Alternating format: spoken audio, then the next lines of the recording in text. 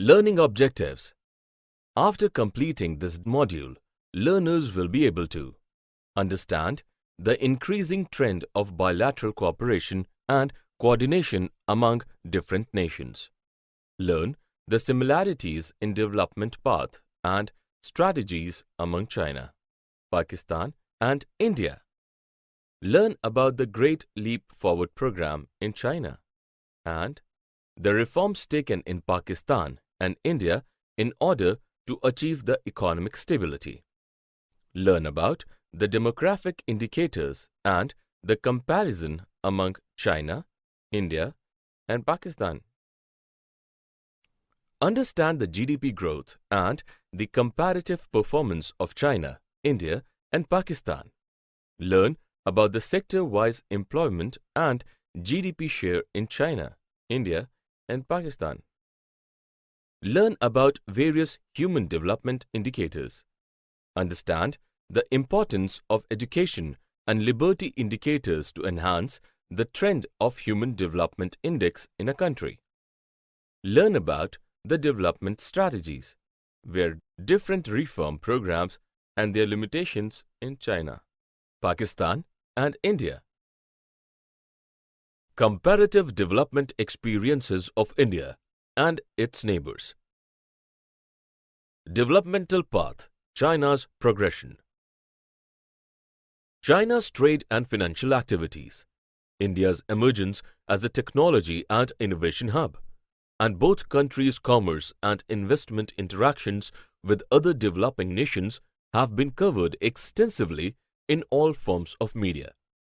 Most importantly, in the midst of the recent global economic crisis, China and India's demand for developing country goods proved to be a cushion to the declining flows of resources from advanced nations.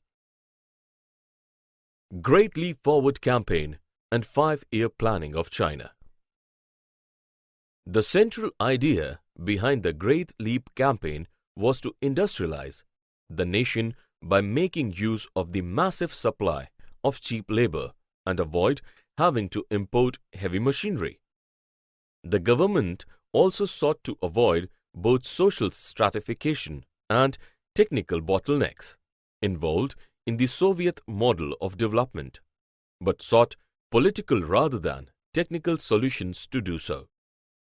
The key tasks highlighted during 5-year planning were to concentrate efforts on the construction of numerous large and medium-sized industrial projects, so as to lay that the primary foundations of China's socialist industrialization.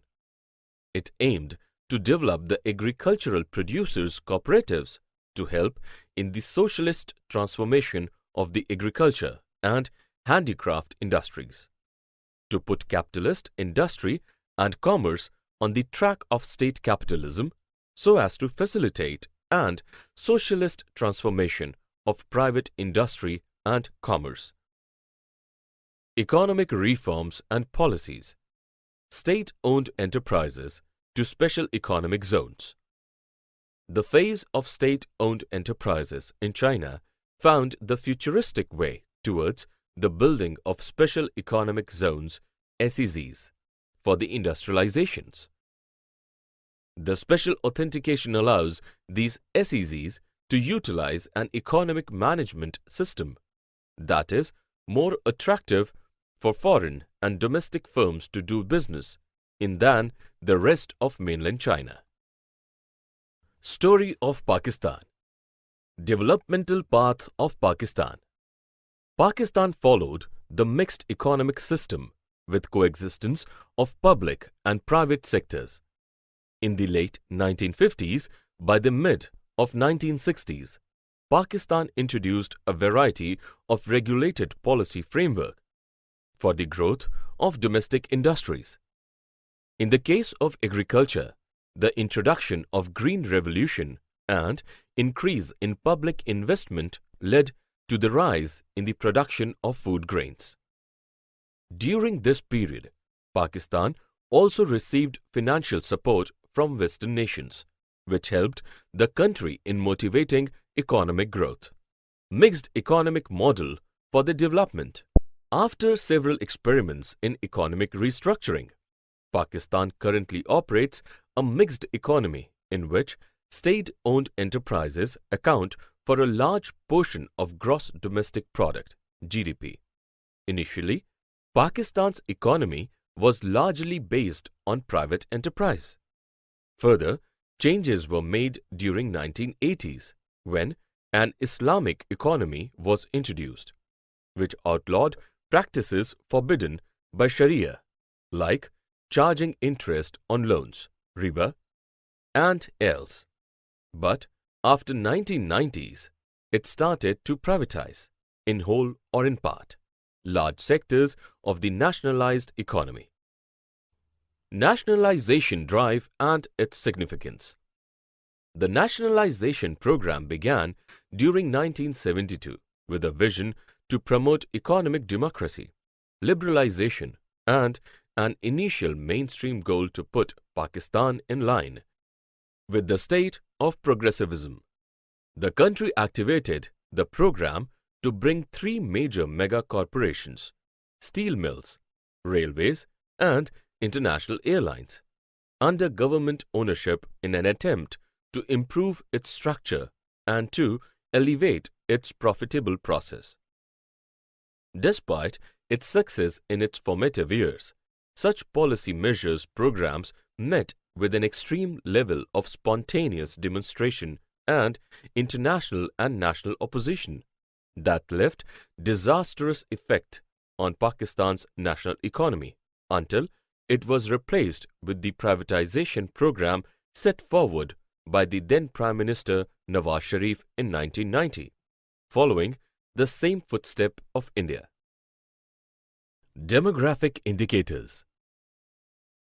One-child norm in China and comparison with India and China.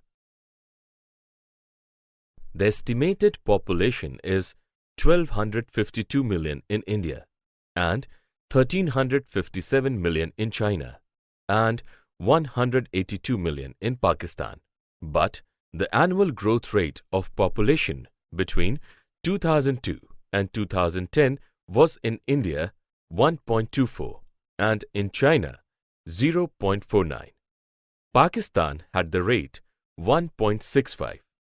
In the population density, that is, per square kilometer, China scores 145 and India and Pakistan have 421 and 236. China controlled the fertility rate too.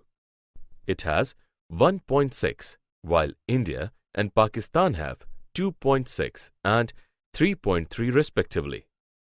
The one-child policy was thus introduced in 1979 in response to an explosive population growth in China. By the late 1970s, China's population was quickly approaching the 1 billion mark, and the Chinese government was forced to give serious consideration to curbing the population growth rate. The policy was most effective in urban areas, where it was well received by nuclear families. General indicators and declining sex ratio. All of these three countries have declining sex ratio, which is 934 in India, in China 929, and Pakistan has 947. India's child sex ratio, that is, below 6 years, is now the lowest as it has been in 70 years, possibly the worst ever. The latest decline was from 927 girls per 1,000 boys in 2001 to 918 in 2011. The child sex ratio, if it does not improve, will lead to a deficit of 23 million women in the 20 to 49 age group by 2040. Urbanization rate in China, India and Pakistan. China has the highest degree of urbanization, followed by Pakistan, while India is still having a large majority of rural population. India has 28% population living in urban areas where in China and Pakistan they have 53% and 39% respectively. GDP growth, China and India. Consistent GDP growth rate in China. China is the mode of adjusting for purchasing power parity, PPP, become second in the world in 1999 and has toppled America to become the biggest economy since 2014. From 1979 until 2010, China's average annual GDP growth was 9.91%. Based on the current price, the country's average annual GDP growth is, in these 32 years, was 15.8%, reaching an historical high of 36.41% in 1994 and a record low of 6.25% in 1999. Annual growth rate of GDP, China and India. The GDP annual growth rate in China averaged 9.63% from 1989 until 2018, reaching an all-time high of 15.40% in the first quarter of 1993 and a record low of 3.80 in the fourth quarter of 1990. GDP growth, Pakistan and India. GDP growth in Pakistan. Pakistan was a middle-class and predominantly agricultural country when it gained independence in 1947. Pakistan's average economic growth rate in the first 5 decades, 1947 to 1997, has been higher than the growth rate of the world economy during the same period. Average annual real GDP growth rates were 6.8% during 1960s, 4.8% in 1970s, and 6.5% in the 1980s. Recently, according to the World Bank data, the poverty in Pakistan fell from 64.3% in 2002 to 29.5% in 2014. The nominal GDP per capita of Pakistan is now $1,641 in 2018. Annual growth rate of GDP, Pakistan and India. GDP growth rate in Pakistan averaged 4.91% from 1952 until 2016, reaching an all-time high of 10.22% in 1954 and a record low of -1.80% in 1952. The GDP annual growth rate in India averaged 6.15% from 1951 until 2018, reaching an all-time high of 11.40% in the first quarter of 2010 and a record low of -5.20% in the fourth quarter of 1979. Sector-wise share of employment and the GDP share. In 1969 to 70, agriculture was the biggest commodity-producing sector with 38.9% contribution to the GDP, which has declined to 19.53% in financial year 2016-17, has shown that the share of the agriculture has been falling over time in favor of the non-agriculture sector. However, the share of services sector has grown to 59.59% in the last fiscal year, indicating a growing share of the service sector in GDP over time. In 2016, the agriculture sector contributed around 25.23% of the GDP of Pakistan. The portion of 19.69% came from the industry and 55.6% from the services sector. Indicators of human development. Human Development Index, HDI. The Human Development Index, HDI, is a summary measure of average achievement in key dimensions of human development, a long and a healthy life, being knowledgeable, and have a decent standard of living.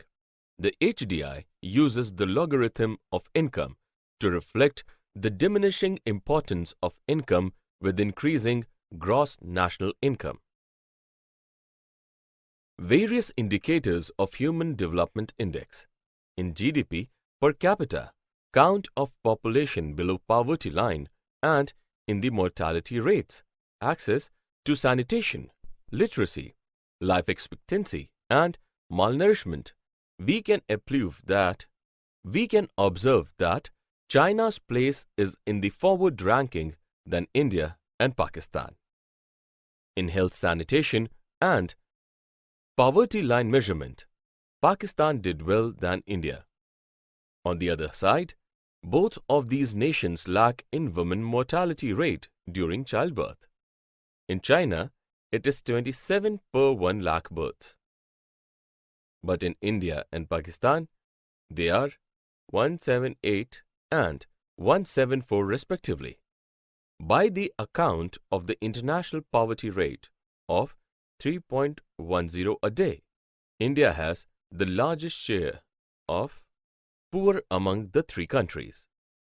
The general life expectancy at birth in China is 76 years, but in India and Pakistan, they are 68.3 and 66.4 years respectively. In education, the mean years of schooling for 15 years aged and above is 7.6% in China, but in India and Pakistan, they are 6.3% and 5.1% respectively. Liberty indicators and democratic participation. In order to measure the human development in a country, one salient indicator is the extent and mode of democratic participation in social and political decision-making of the country. We can say it in another way as the extent of awareness of the people about constitutional rights and the importance rule of law too in the country. These factors in modern time are increasingly used to understand the overall nature of the Human Development Index of any country. Development strategies and appraisal. The reforms initiated in China by 1978. By 1978, Chinese Communist Party launched the reforms 2 years after the death of communist leader Mao Zedong. China started the household responsibility system in the countryside, giving some farmers ownership of their product for the first time. Southern city, Shenzhen, is made the first special economic zone to experiment with the more flexible market policies in the global perspective. By 2005, China sweeps past Britain, France and Italy to become the world's fourth largest economy. China freed then its currency, yuan, from a dollar peg, letting it float with a tightly managed band. Pakistan's changing viewpoint of development by 1988.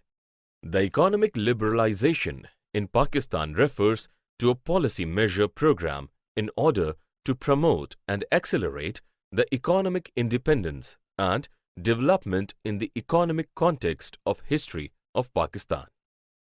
Started in different times in the history of the country, the program was intended and had mainstream goal to promote GDP growth for the national economy and economical and social values in the country. India's new economic policy in 1991.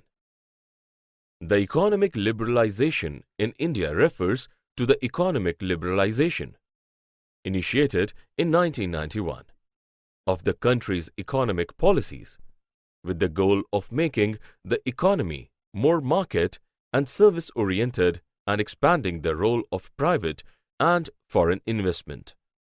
Liberalization has been credited by its proponents for the high economic growth recorded by the country in 1990s and 2000s.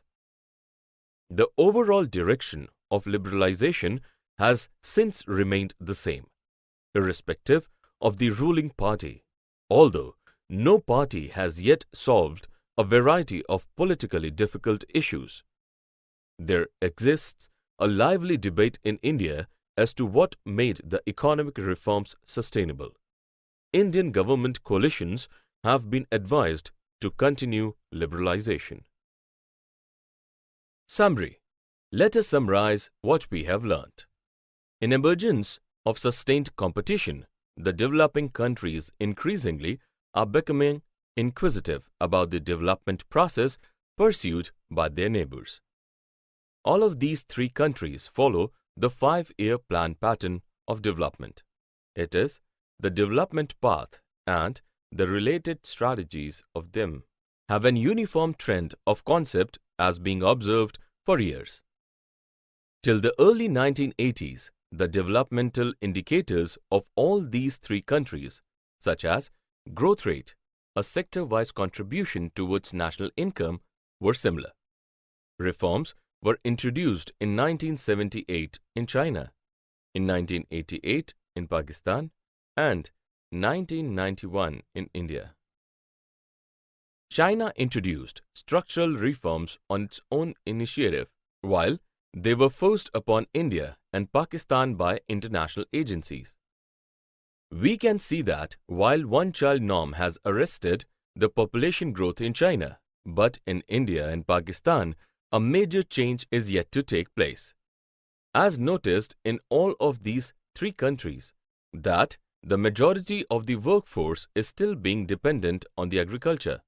That is, the primary sector of the economic settlement of the society. We can see that the transition from the agriculture to manufacturing as being followed by China with a gradual pace classical method. But in the cases of India and Pakistan, it happened directly and abruptly without following the conventional method and its pathways. China's industrial sector has maintained a high growth rate, while it is not so in both India and Pakistan. As it has been observed that China is ahead of India and Pakistan on several human development indicators. The specific measures that China took during pre-reform period, unlike rest of these two countries, has attributed to its sustainable development in recent times.